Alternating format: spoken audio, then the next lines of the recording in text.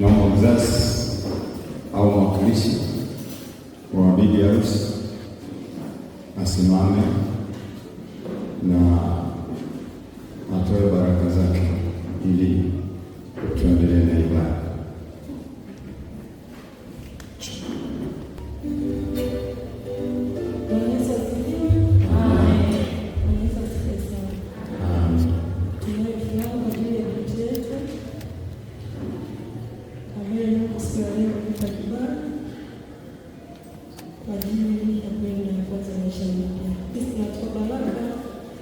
Kwenda kuwabariki na mtangulie, lakini zaidi ya yote akifanya kazi ya Mungu kwa bidii na akitunza nyumba yake kama mke mwema.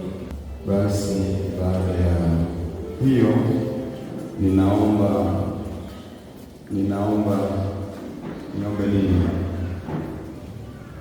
niombe Subikwaya wimbo mmoja wa kwaya.